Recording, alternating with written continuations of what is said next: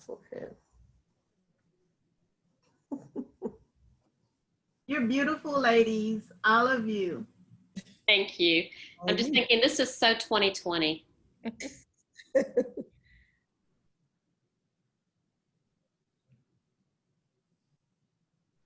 We are live. Good evening, everyone, and welcome to our GAE Live on Facebook for this Wednesday afternoon. I am Lisa Morgan, GAE President. I'm Sharon Doe, GAE Vice President. And I'm Carly Shaw, GAE Secretary Treasurer. And we have two very special guests with us here this week. We have Dr. Felice Bryant, the newly elected President of the Bibb County Association of Educators. And we have Debbie Baker, the President of Walker County Association of Educators. Ladies, welcome to Facebook Live. And first thing I would like to ask you, and we'll start with you, Dr. Bryant, Felice, if you can tell us, what has back to school been like for you in Bibb County so far? Okay, so yesterday was our first day back. We are totally virtual, and I'm an academic coach. So my role was really to support the teachers as they needed to connect with the parents, connect with the students. And it was rather challenging. You know, a lot of the parents, they had a hard time getting on. There was a lot of frustration, but I was there to support the teachers, for everyone to remain calm and to be patient. And I know the teacher said it was a struggle at first getting all the students on, but it was different. It was different on yesterday, but I think at the end of the day, I said everyone was tired. You know, everyone was tired, but today, going back, they did say today was better. You know, it was still a little hiccups, but that's normal when it's something new. You know, it was something new, but it wasn't as bad today. I think the kids now, they're getting the feel of it. The parents are a little bit more comfortable with logging on and knowing how to get on and to maneuver in the platform. So I know one thing the teacher said that really helped them on yesterday, and some of them, of course, had reviewed it today, was to go back over and get the kids a refresh on how to maneuver in the platform, you know, what the buttons for, and that really helped them out a lot. So it sounds like, I know teaching kindergarten for years, we always said our goal for the first day in elementary is that everybody gets to school, everybody gets lunch, and everybody gets home. So it sounds like in virtual, the goal is that everybody is able to make it onto the platform and get off without any embarrassing scenarios. Debbie, we know you've been having face-to-face for a while now. So how are things going with you all being face-to-face with all your students in the classroom? So today marks the end of the 4th full week. We begin our 5th week tomorrow because we began school on a Thursday. We have increased class sizes this year. We have been in person from day one. Parents can opt virtual. So we do have some that are virtual and everyone else is in person. Our virtual students started a week after our face-to-face. So they are 1 week behind. The first 2 weeks, we did have a lot of connectivity issues.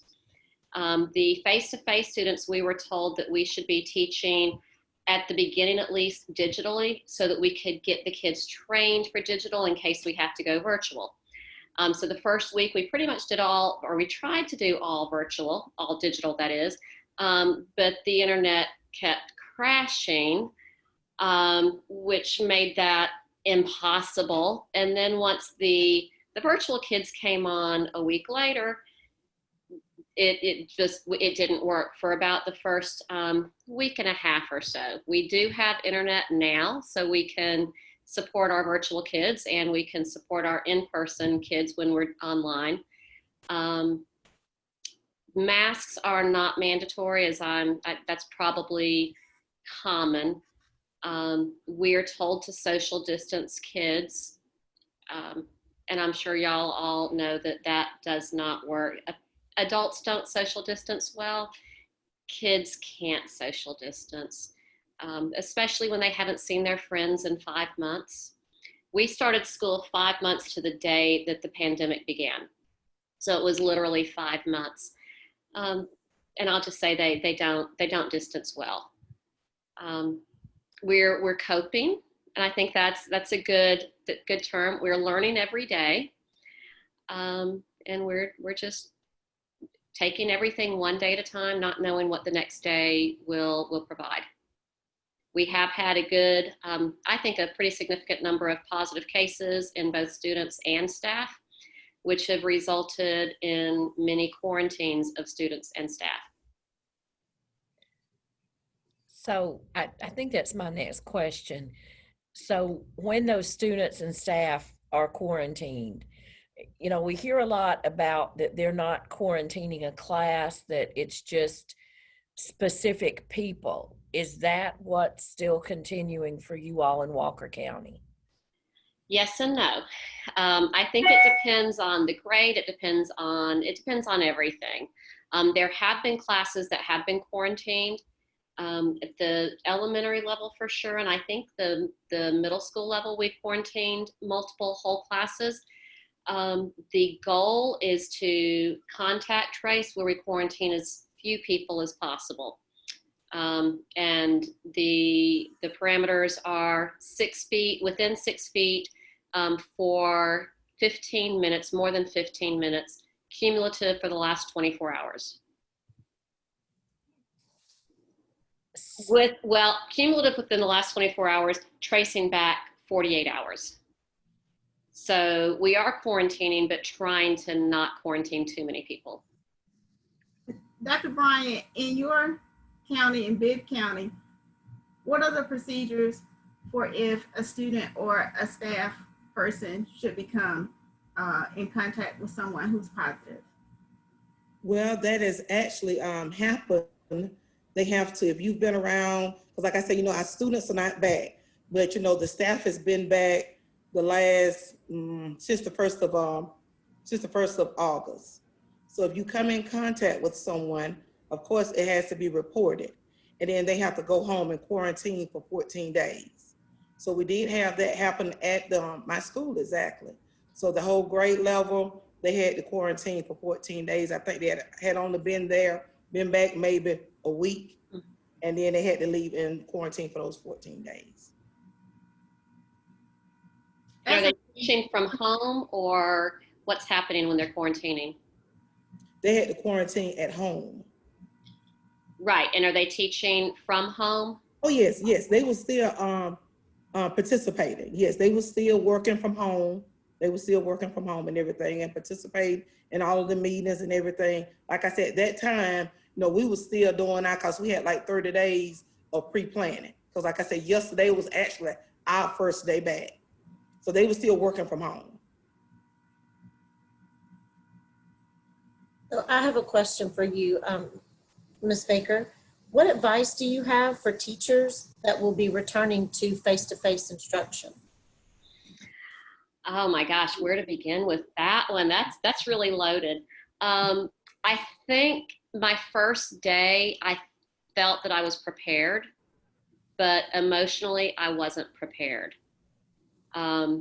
When you look at children, we're at least used to looking at children, most of us, with love and nurturing, and we see them as these, you know, little people that we want to shape, we want to teach, we want to influence them, and we get the warm fuzzies.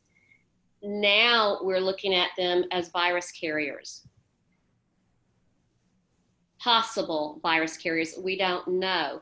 And there are these two warring emotions going on, these totally dichotomous emotions that I didn't know how to deal with. You know, the child who comes running to me to hug me, I want to hug him, but I'm also thinking, no, stay away, you could make me sick, and I don't want to make everybody else sick. And I think that was the hardest thing, just my own emotions, not being prepared for that. And I'll say it also was a little disconcerting, both seeing kids wearing masks, because I've never seen that, looking out into a classroom of kids wearing masks. That did something to my emotions that I wasn't prepared for, but also seeing kids who don't wear masks did something to my emotions as well. It's just that first week, I think, was just an incredible emotional roller coaster. I have a good friend who said it was cognitive dissonance. that, and I feel like we're just living in that, but the first week for sure, more so than now. I feel like now I'm getting used to the roller coasters. Dr. Bryant, as an instructional coach and you being there for the teachers to support the teachers, do you feel that your role this year will encompass also emotional support as well as instructional support?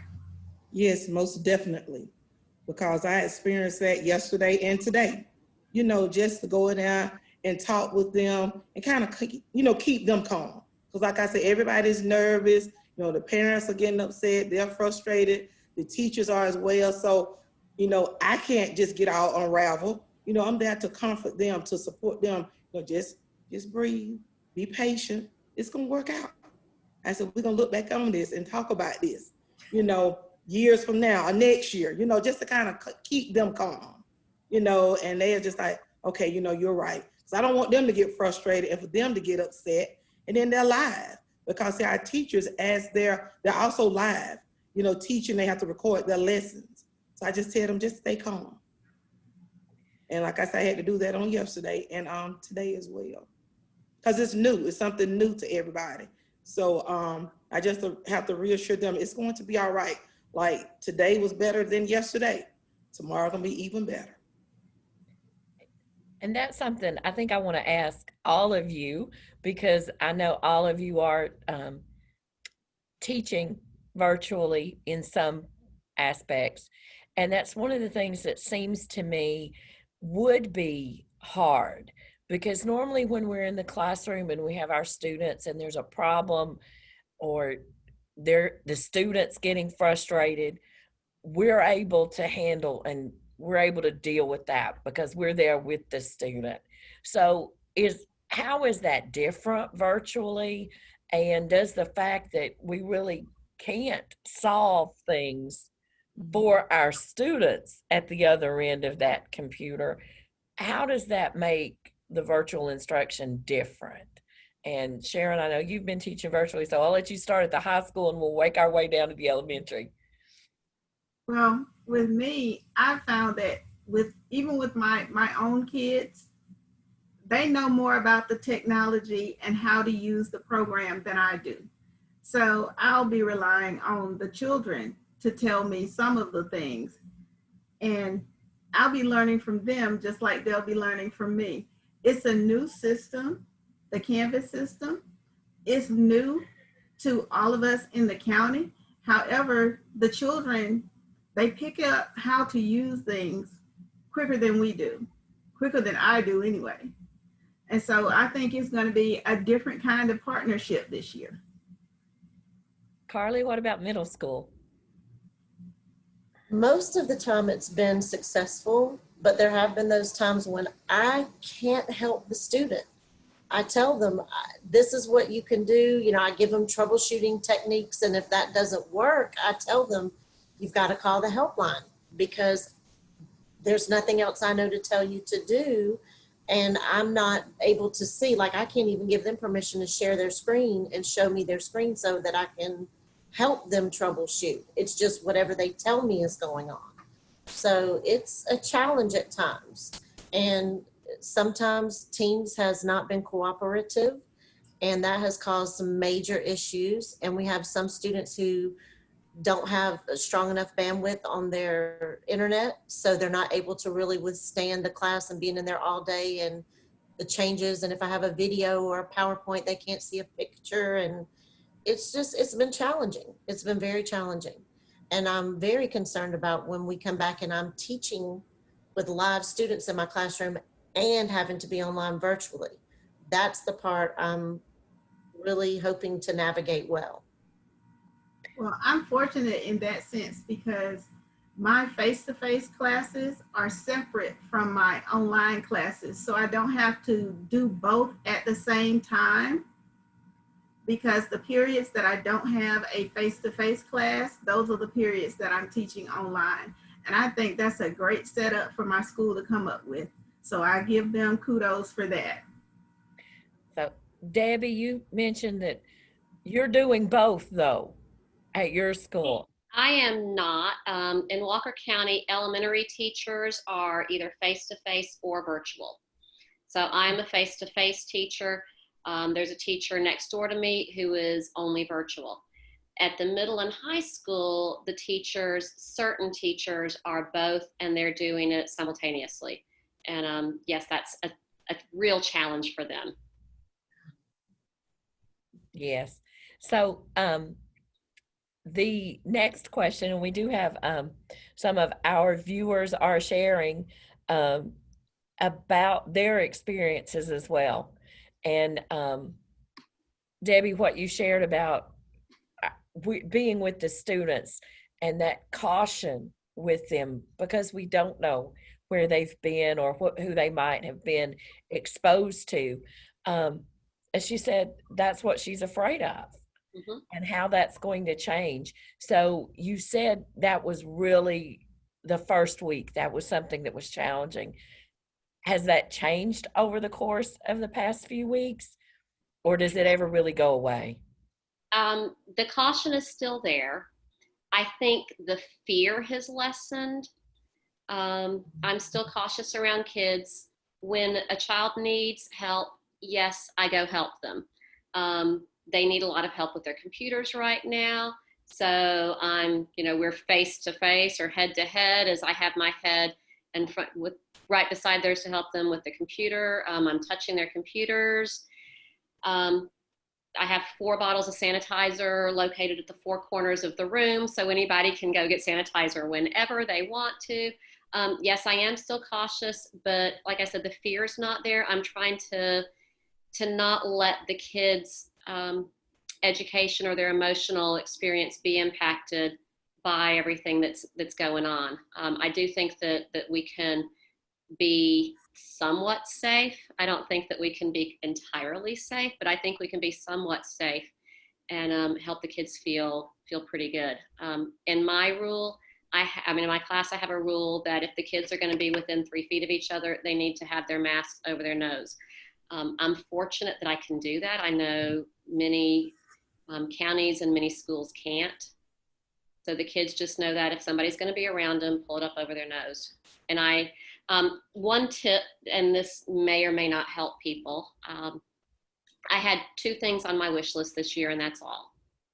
And those 2 things were water bottles and masks.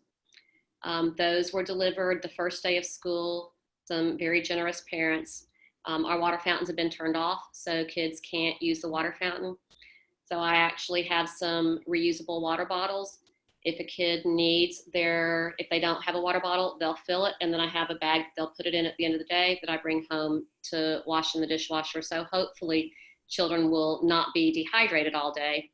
And then I also have disposable masks that I just keep out on the counter and offer them to the children. I can't require that they wear them, but if they come into my room not wearing a mask, I let them know that there are masks there that they can most certainly use. And those 2 things have been very helpful this year. So yeah, we do have some school systems that are still, sounds like your system's saying you can't require the masks. Correct. But when you offer the masks, are the majority of your students then wearing the mask in the classroom? My students are, and I think part of it is the age. Elementary are a little more moldable than middle and high school. I've heard stories from the high schoolers that about 10% of them are wearing masks. Yeah, that's scary to me. Yes. And so, Dr. Bryant, you always, And can I say one more thing very Yes. quickly? There have been 0 cases so far at my school. That's good to know. yeah, that's good to know. It is. So wearing the masks does work. Yes. Yeah. So, Dr. Bryant, you were talking earlier about that the teachers in your school are coming into the building to do the remote instruction. And how is that working for the teachers who are parents and who have young children of their own? Okay. With the staff members that have kids in the school system, they are allowed to bring their students in, bring their child in, but they have to sign a waiver. And the waiver basically says that they are familiar with or aware of the code of conducts, you know, and also about with the discipline, that is like 3 strikes and then your child can't come back. So it also states that, you know, your child must behave. We're here to help so you can work, because that's a form of child care, because, you know, we have to work. So we have them in 2 separate rooms. We have the K2 in one area and 3-5 in another area.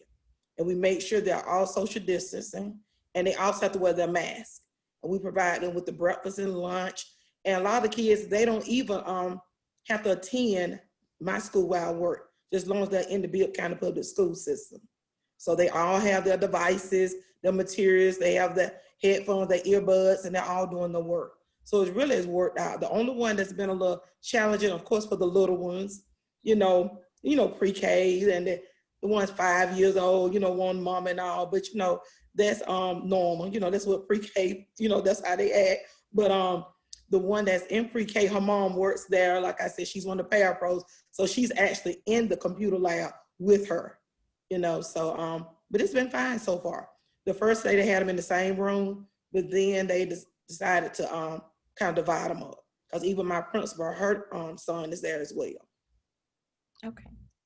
So, and Carly, I know that the teachers, the educators in your system who are parents have had a different experience. And can you tell us a little bit about that? Because we do want to let our members know how GAE is working on behalf of the educators in Fulton. In our school, or our system, the teachers are able to bring their students to school, but they had to sign a waiver as well. But the waiver was a little different. Instead of just being focused on bringing your student to school, it actually took away some of the rights of the teacher. And that was a big concern that some of the parents had, was instead of just signing something that says, I'm bringing my child to school and I understand the code of conduct or behavior expectations, it said things like, if you were to sign this waiver, you have given up your rights to workman's comp. And that was a big concern for some teachers, because they said, what in the world does this have to do with bringing my child to school? So GAE got involved, and they have now sent a alternate version, hoping that Fulton County would accept it. And they did. Fulton County did not accept the alternate version, which just took away some of the language that gave up this teacher's civil rights. And unfortunately, now it's become a suit. So GAE is suing on behalf of one of our members for the benefit of all members and all parents who are trying to bring their children to school. And we don't have a choice. You know, there's just not daycare available in this strange time that we're in right now. And it's a little rough. And it's unfortunate that it came to that.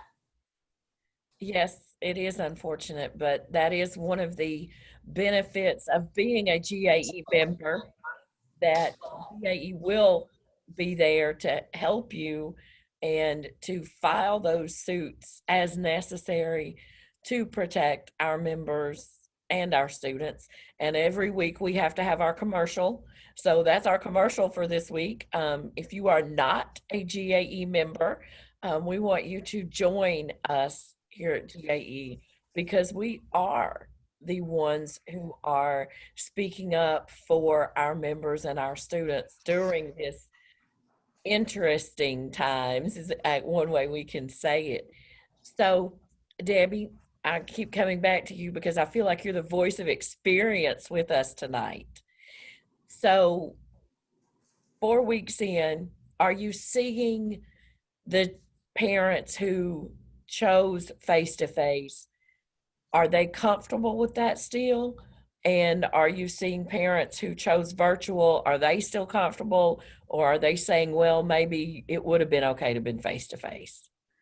I could say just a simple yes, no to everything. Are they comfortable? I think it depends on which school they're in.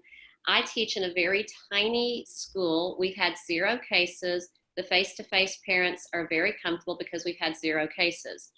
I've heard that at some other schools where we've had a fair number of cases and many people, 3 digits, quarantined, that many of those parents are taking their students out and putting them into virtual. I've had some parents of virtual kids who have taken them from virtual and put them back into face-to-face because of internet issues. And then some virtual parents are happy. Each teacher is teaching virtually differently. Some are teaching totally simultaneously, interacting with the virtual students while they're interacting with the in-person students. Some teachers are recording their lessons and there's no interaction with the virtual students. So I think it's a hodgepodge of, are parents happy? Yes, no, and maybe so in the middle. It just depends on the situation because we've got all kinds of things going on. Okay. And Carly, can you tell us, we know that you are, it seems like everybody has a different plan for phasing back into face-to-face if they are doing that. And so how are you phasing back in, and do you have some sense of why that's the model that was chosen? I think they really talked to a lot of experts, honestly, because the way that they started is with our MOID students and our pre-K students, and pre-K through 2nd grade are coming back once a week for like 90 minutes. But the parents have to do they have to travel. The parents have to bring the students to school and pick them up. So it's, some parents are opting out of that because they don't want to break up their day because they're working at home too and bring the child for that 90-minute period of time. But I have seen the bus there for the, we call it the Rising Star Hall, and it's our MOID kids and the students who have disabilities that are coming to, I think they're coming for 180 minutes a day, if I'm not mistaken, but 1 day a week. And our next transition, we're skipping phase 2. What would have been phase 2 is now being skipped because the numbers, they're saying, are high enough to where we can go directly into phase 3, which will be students coming in based on their alphabet, based on the alphabet, what their last name is. They'll come in roughly 25% of the students 1 day a week, and they'll be there for the full day. So we'll have students in the building for 4 days of each week, but it will be a small percentage of the students traveling through the hallways, doing their schedule. And then we'll have 1 day that's asynchronous learning, where all the students will be online. And parents can, of course, opt into that phase 2 or a phase 3, or opt out and continue to be online. And that's where the virtual and in-person learning is going to be the challenge, because I'm still going to have students at home learning while that 25% is in front of me learning, and being able to interact with both. That's going to be something that I'm working on. I'm working on figuring out how I'm going to do that to make it beneficial for both. I wish we were able to do breakout rooms and things, but Teams just doesn't have that yet. So it's going to be a little bit of a challenge. And then after we do, I think it's, let me make sure I'm saying this right. After it's 1 full day a week, then they talked about going to 2 full days a week. And I don't know what that looks like yet. They just told us it'll be 2 full days a week, and then we'll be back all together. And they actually started today with students returning the pre-K through 2nd grade for the 90 minutes, 1 day a week. And then we have student appointments. If we have a student who's been particularly struggling, we can set up an appointment with that student on Wednesdays to come in and sit one-on-one, face-to-face with their teacher and get some help while the other students are working on an asynchronous lesson. So I did have a student come in today and get a little bit of help for some struggles that they were having. It was like Ms. Baker said, it was very odd to see a child in a mask. I see him shopping in the store. It's different to see him in the hallway and everybody has their mask on. It was very different. I was glad to see a student. I was so excited. I probably startled him, but it was nice to have a child back in the building and see some of the kids come back. They were a little nervous too. They were very apprehensive because it's just odd. It's just such a weird situation that we're all in. So hopefully that will not be the new normal for too long. And so, Dr. In Microsoft Teams, there is a way for you to group your students for flexible grouping. And that was one of the professional development courses I took in Richmond County this summer. So, you know, we can have a conversation about that a little later. And like I said, I've been fortunate at my school that I'm only teaching 2 subjects. I've heard that there are teachers in other counties or other districts where they're responsible for all of the subjects that their students are taking online, particularly in those districts that went back totally virtual. But I haven't experienced that myself. So with the physics, I've been a little creative with the physics in order to practice social distancing in my classroom, because I do have a small classroom. My classroom is also my lab. So we don't have a lot of space for seats, and we use the lab tables as seats as well. So what I've come up with is I thought about doing the whiteboards where they can work out their physics problems and just hold them up. And I said, well, those are too expensive, because I looked at a couple of places online and I said, you know, we don't want to tax parents any more than we have to. So went to the art room, got some poster board, cut it in half, laminated it. And for the parents who came in for face-to-face open house, I told them, make sure your student has a dry erase marker. So when they work out their problem, instead of me coming to them, we need social distancing, they just hold it up and I can tell them exactly, you know, where they went wrong or if they're correct, and we'll just do it that way. So it does force you to be a little creative. Can I add on to that real quickly, Sharon? I took colored cardstock and laminated it for the same reason, instead of the kids having their own dry erase boards. And yes, I asked for dry erase markers also. But for erasers, we use socks. They're the best erasers in the world. Yes. And I want to add on to that as well. You know, we had to, with our K2 students, dry erase markers, and also with the whiteboards, we used the cardstock also, Debbie, but we were going to laminate it, but we put them in sheet protectors. We just put them in those page protectors. And then we gave everyone a marker, and that will serve as the whiteboards. And some of the parents still want to go out and buy it. That's fine. But you do have something. It does, like Dr. Doe said, it causes you to be creative. You know, so that serves as the whiteboard as well. And I have also become very familiar with virtual manipulatives. I teach math, and I think manipulatives are incredibly important for the early learners, but we're not allowed to use them this year. So the virtual manipulatives, I'm becoming very adept, and my students are as well. And you know, we're adapting. I have to ask you about that because I'm a kindergarten teacher and I cannot imagine ever teaching a math lesson that my students did not have manipulatives in their hands. Just didn't happen. So what are the virtual manipulatives like, and are the students are they really able to get that conceptual understanding without having something in their hands? Yeah, I think that's a great question. Kindergartners are very concrete. Fifth graders are more abstract. I teach third grade, so that's it, kind of in the middle. It's the concrete learners becoming abstract. So I think it's a little bit of a different scenario with third grade than kindergarten.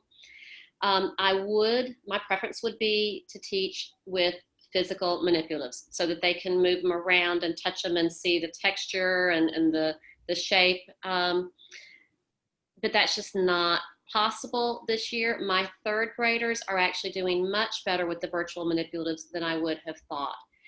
There are some interesting things with them. You can manipulate them in ways that you can't manipulate the physical manipulatives. Like I was looking today at base 10 blocks, just at the click of a button, you can change it from a tens place to a hundreds place to a thousands place. You can click a button and it regroups automatically. So there is a little bit more, some more options that I think is beneficial or are beneficial. But my students seem to be learning, but if I could go back to the physical manipulatives, I would. Dr. Bryant, I want to ask you because your students just started back today virtually. So do you know, has your district given you indications of when they might be planning to come back? And I know you're still one of those counties that's very high in the community spread, so you may not have that yet. Well, they said the first 8 to 9 weeks, because what we had to do was prepare and give out book bags at my school for the students. And for my district, they told us what books and instructional materials to send home. And they said just to plan all the way through December. They said just everything, look at your pacing guide. And we had to send on the reading books, the big ideas, the math books, you know, the math scholars. That's why we sent on the whiteboards and everything through December. Okay. Yeah. Wow. And so, wow, yes. So, hearing that, I'll do my next weekly thing. Debbie and Felice, I depress everybody once a week during this. And that's because I've been keeping track of the number of children in Georgia who have tested positive for coronavirus. And we have a really ugly milestone to talk about tonight. There are now 25,306 children in Georgia who have tested positive. And it was 5,000 July 1st. So it's not, unfortunately, our fears that this would continue to increase in children is being borne out. And it's also being that it's younger and younger children. Our younger children used to be a smaller portion, but the younger children are becoming more infected as we go along. So knowing that, I think it's very important that we consider the mitigation factors.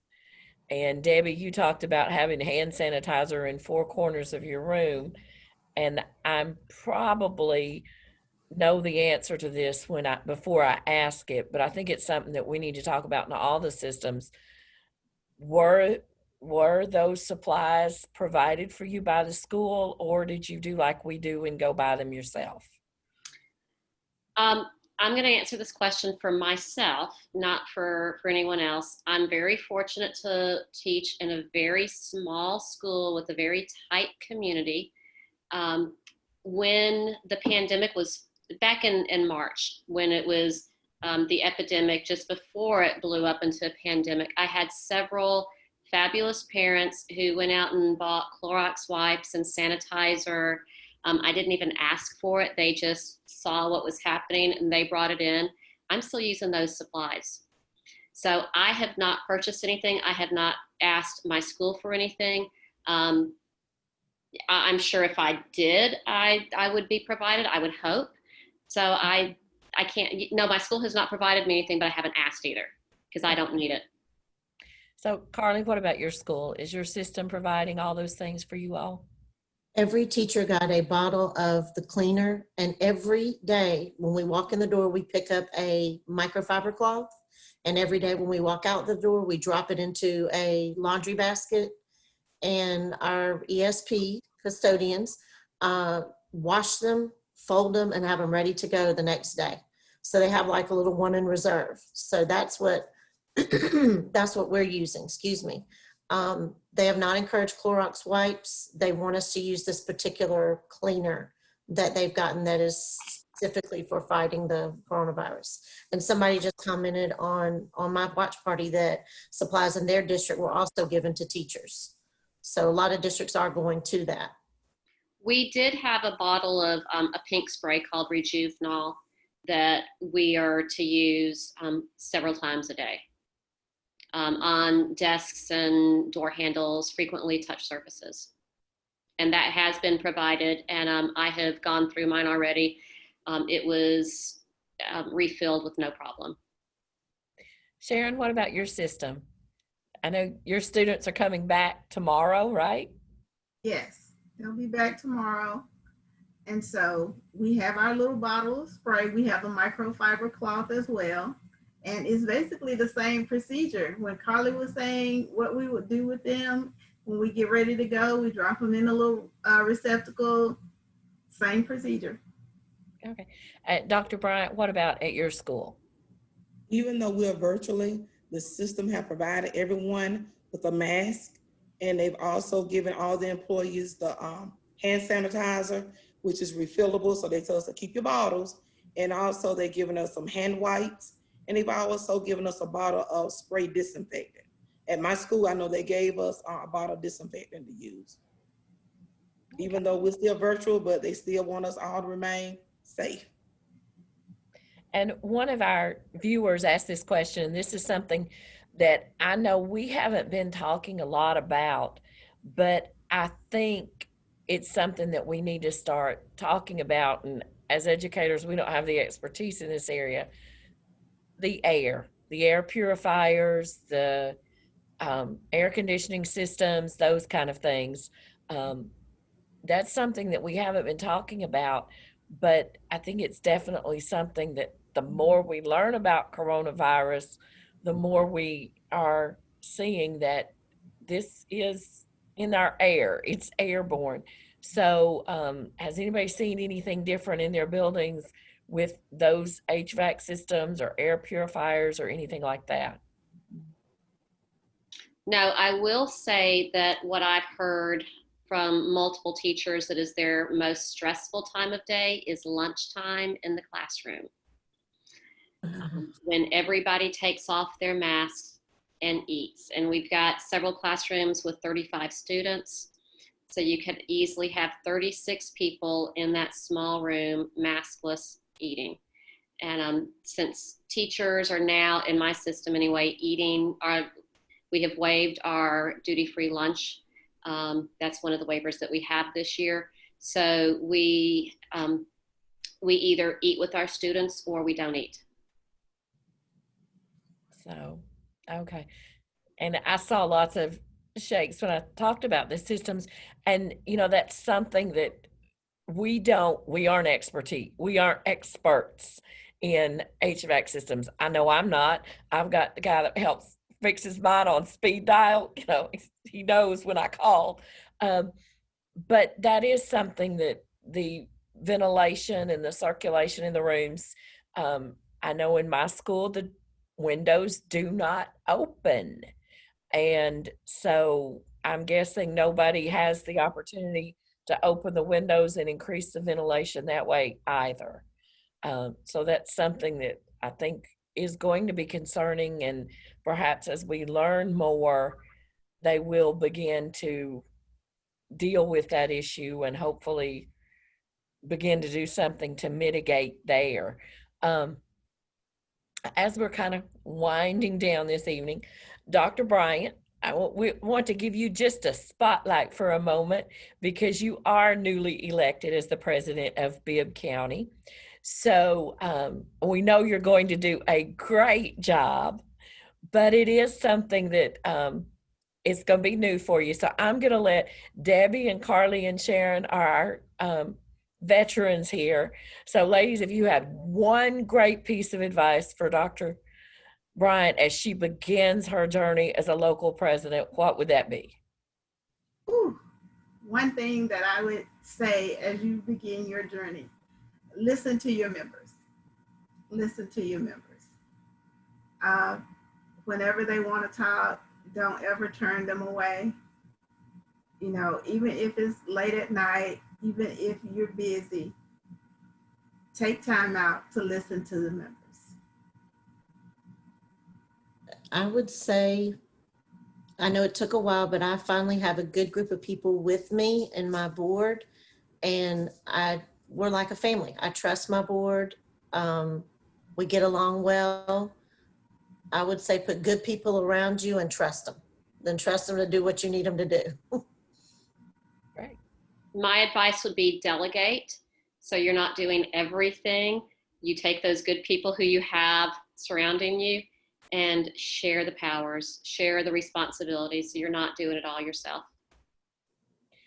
And I have a question on here. They wondered from all the teachers that are on, what do anyone have a favorite resource that they're using or a resource they suggest for maybe teachers to try? I know Debbie mentioned that she was doing a manipulative online and it was working really well. So they just said if they were, and I know Dr.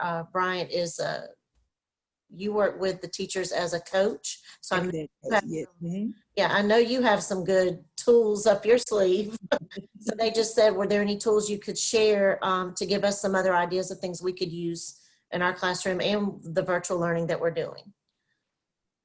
The manipulative website that I use that I love the most is Braining Camp, like Braining Camp.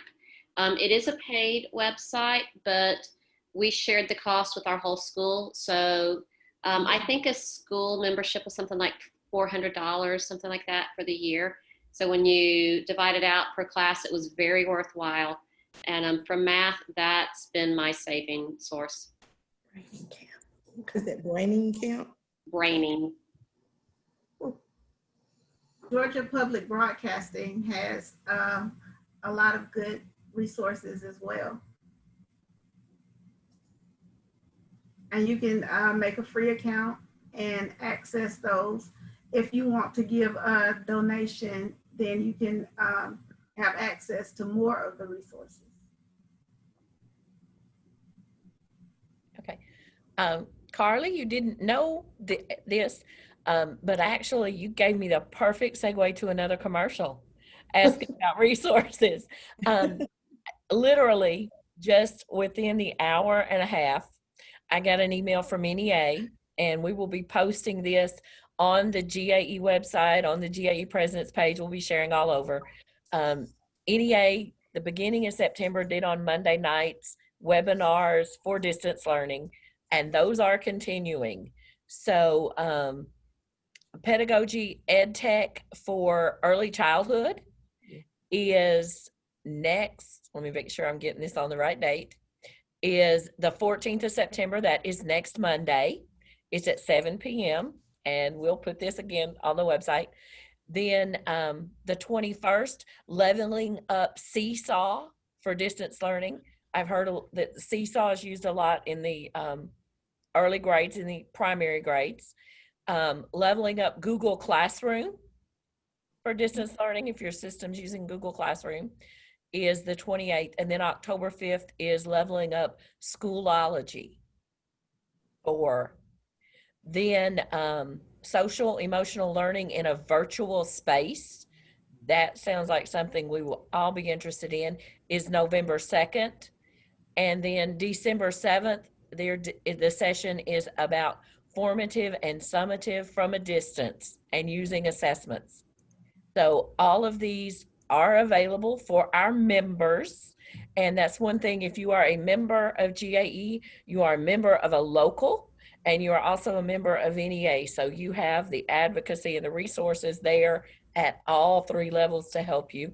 And we will make sure that we are getting the information about all of these webinars out to you. And the other thing we were talking earlier, you have your local officers, and Sharon's advice to all of us, I think, is something that all of us as officers do, that we are listening to you as the members, and you are the ones who are setting our priorities and setting our policies, and the reason that we are speaking up for you and our students each and every day. So as we move on from that commercial, we always have to have that commercial. If you are not a member of GAE yet, we want to get these different voices in the room. Dr. Bryant, if they are not a member of GAE, can you tell them why they should be a member today? Well, I tell them, first of all, everyone wants to be a part of the best organization. You want to be a part of an organization that's going to fight for you, that's going to stand up for you, that's there for you through thick and thin. And so then they start looking like, well, the cost, sometimes it costs more. That's what they always said. I said, but you can get it back. I said, GAE offers so much more. Just like these workshops, these trainings, you remember, you can attend them. And I told them, before the virus, different conferences you can go to, go to the spring convention. And someone said, I didn't know anything about that. And I said, and once you get there, you can learn so much. And it's about networking. And I said, in GAE, you have a lot of good people you can meet just from traveling. I said, because sometimes you may want to leave, you may want to go to another county. You may want to leave Bill. There it is right there. So they said, well, it is something to think about. I said, it's about the networking. And I said, you want to be there for someone who's going to stand up for you and fight for you, that you can go to at any time. And I am so glad now that my UniServe director is Wanda Lynn, because I know she's just a phone call away. Whenever I need her, I said, because I've been in GAE this is my 30th year, started my 30th year. So I said, I've been in GAE for 20 plus years. I said 25 years. And I said, it's always good to have someone that you can go to for that support. And I do thank everyone for your advice. And I've already said, Dr. Doe, I'm going to listen. I believe in listening to my members. And also, Carla, you gave good advice. And Debbie, I just texted the team last night, the night before last, and I told them that we are a team. I'm the president, but it's not all about Felice. I said, we in this together. I do believe in delegating. I don't have to be, some people have to always be the one that's out front on the stage. No, we're going to all be out on that stage together. We're going to all succeed and we're going to all fall, but we're not going to fall because we're going to have each other's back. And Debbie, you're in North Georgia. So when you're talking to our people up there, why should they be a member of GAE in Walker County? I'm just going to say that was just a great commercial. Thank you so much. So I'll just add a tiny bit to it because I think you said it all. And that's just that we're the only organization that advocates at the local, state, and national levels. And I think with what's happening right now, we can see that all three levels are equally important. We're in crisis right now. We represent 5 different parts of the state, and all of our counties are treating this differently. The county level, the local level is imperative right now. The state level, where our governor is deciding, are we essential? Can we require masks? All of these questions, we need somebody advocating at the state level. At the national level, are we going to get the HEROES Act passed so that we can have some funding to help us? Every level is equally important right now, and we are the only organization who will advocate on all 3 levels. Yeah. And you led me into the HEROES Act. And Good. yes, we do want to ask our members to go to educatingthroughcrisis.org and take action. Click on that take action button, because we know, we've heard of schools that are saying they're running out of PPE. They're running out of the masks. They're running out of the things that they need to have the supplies, and we don't have those resources coming. Thank goodness those resources aren't going to be taken away and given to the private schools like Betsy DeVos wanted to, but we need some more resources. We need some more things to make sure that we can make it as safe as possible. We know we can't make it 100% safe unless we're doing full virtual, but to make it as safe as possible, and we need those resources. So go to educatingthroughcrisis.org and click take action. Call Senators Loeffler and Perdue, email Senators Loeffler and Perdue, and ask all your friends and family so they will see that we are saying to them, we need the resources so we can have our students where we want them, which is in the classroom with us. And I know some of the things we've been talking about tonight have been depressing. If you think about it too often, it does get that way, because as educators, we want to be in the classroom with our students, surrounded by our students, seeing that look on their face when they figure something out for the first time. But that can't happen right now. And even if you are there with them, you still can't see their face because they're wearing their mask. So we're asking you to help us push that forward. So hopefully we can get there. You know, it's always concerning to me. I know this past weekend it was Labor Day, and I don't know if you all were like me, but I saw lots and lots of pictures and videos, and I saw not a lot of masks. And so it's concerning that we're going to have that spike again just when things were trending downward. Obviously, the trending downward, we're still nowhere at the levels where it is safe, but we were on the path to reaching safety, and now we have another holiday, and I think we may be going the opposite direction. So I would just like to see if anybody has any final thought to make it through the next week. We will be back here next Wednesday at 6:30, and we will have another more special guest, and we're going to be starting talking about the election. We are very close. And so, last commercial for the evening, if you are not registered to vote and you are an educator, we want you to go register tonight, and you can do that online. So go to sos.ga.gov and register to vote. So you will be able to help us elect representatives who will be friends to public education and ensuring that we are able to take care of our students. So final thoughts, Sharon? Well, for all of the teachers who went back this week and for all of the students, please stay safe. Do everything you can to remain safe, not just for yourself, but for your students and your family.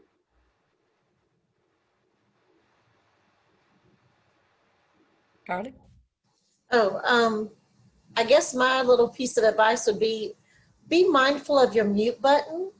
I know many times when we're on Zoom and things, we notice we're talking and we have forgotten to unmute ourselves.